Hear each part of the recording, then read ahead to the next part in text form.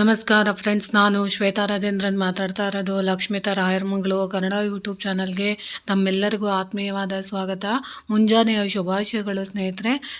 ಇವತ್ತು ಅಷ್ಟಮಿ ಇರೋದ್ರಿಂದ ವಿಶೇಷವಾಗಿ ಅಷ್ಟಮಿ ಜೊತೆಯಾಗಿ ಮಂಗಳವಾರ ಕೂಡ ಇರೋದ್ರಿಂದ ನಮ್ಮ ಮನೆಯಲ್ಲಿ ಮಂಗಳ ಕಾರ್ಯಗಳು ಸದಾ ಆಗಬೇಕು, ನಮ್ಮ ಮನೆಯಲ್ಲಿ ಶಾಂತಿ ನೆಮ್ಮದಿ ನೆಲೆಸಬೇಕು, ಹಣಕಾಸಿನ ವ್ಯವಹಾರ ಚೆನ್ನಾಗಿ ಆಗಬೇಕು ಅಂತ ಬಯಸುವಂಥವ್ರು ಪ್ರತಿಯೊಬ್ಬರು ಕೂಡ ಮಂಗಳವಾರದ ಸಮಯಗಳಲ್ಲಿ ವಿಶೇಷವಾಗಿ ತುಳಸಿ ಪೂಜೆನ ನೀವು ಮಾಡ್ತಾ ಇರ್ತೀರಾ. ಆ ತುಳಸಿ ಪೂಜೆ ಮಾಡುವಂಥ ಸಂದರ್ಭದಲ್ಲಿ 2 ಮಣ್ಣಿನ ದೀಪಗಳನ್ನು ನೀವು ತುಳಸಿಯ ಕಟ್ಟೆಯ ಮುಂದೆನೇ ನೀವು ಮಾಡಬೇಕಾಗುತ್ತೆ.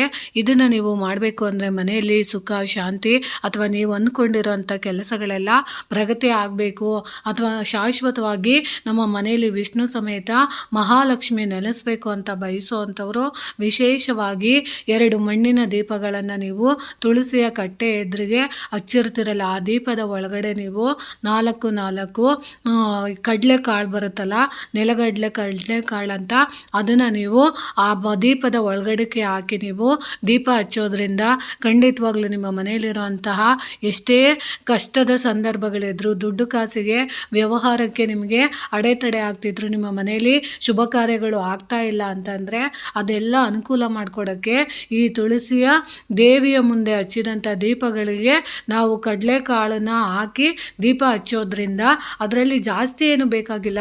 4 ಕಾಳನ್ನು ನೀವು 4 ಕಡಲೆಕಾಳು ಒಂದು ದೀಪಕ್ಕೆ, ಇನ್ನೊಂದು ದೀಪಕ್ಕೆ 4 ಕಡಲೆಕಾಳನ್ನು ನೀವು ಹಾಕಿದ್ರೆ ಸಾಕು. ಖಂಡಿತವಾಗ್ಲೂ ನಿಮ್ಮಲ್ಲಿ ಯಾವುದೇ ರೀತಿಯ ತೊಂದರೆಗಳಿದ್ರು, ಯಾವುದೇ ರೀತಿಯ ಭಿನ್ನಾಭಿಪ್ರಾಯಗಳಿದ್ರು, ಯಾವುದೇ ರೀತಿಯ ಸೋಲು ಇದ್ದರೂ ಅದೆಲ್ಲ ಖಂಡಿತವಾಗ್ಲೂ ನಿವಾರಣೆ ಆಗೋದಕ್ಕೆ ಇದು ಖಂಡಿತವಾಗ್ಲೂ ಸಹಾಯ ಮಾಡಿಕೊಡುತ್ತೆ.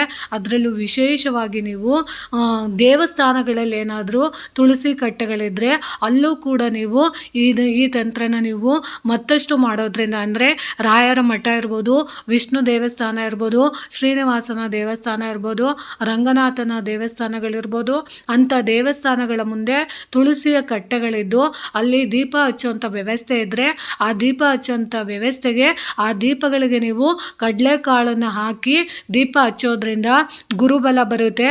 ಮತ್ತು ಮನೆಯಲ್ಲಿ ವಿವಾಹ ಕಾರ್ಯಗಳು ತಡೆ ಹಿಡ್ದಿದ್ರೆ ವಿವಾಹ ಕಾರ್ಯಗಳು ಜರುಗುತ್ತೆ, ಸಂತಾನ ಸಮಸ್ಯೆ ಇದ್ದರೆ ಸಂತಾನ ಸಮಸ್ಯೆ ನಿವಾರಣೆ ಆಗುತ್ತೆ, ಆರೋಗ್ಯ ಆಯಸ್ಸು ಸಿಗುತ್ತೆ, ನಿಂತೋಗಿರೋಂಥ ಕೆಲಸಗಳೆಲ್ಲ ಅಭಿವೃದ್ಧಿ ಆಗೋದಕ್ಕೆ, ಮಂಗಳ ಕಾರ್ಯಗಳು ಮನೆಯಲ್ಲಿ ಆಗೋದಕ್ಕೆ ಇದು ತುಂಬಾ ಸಹಾಯ ಮಾಡಿಕೊಡುತ್ತೆ.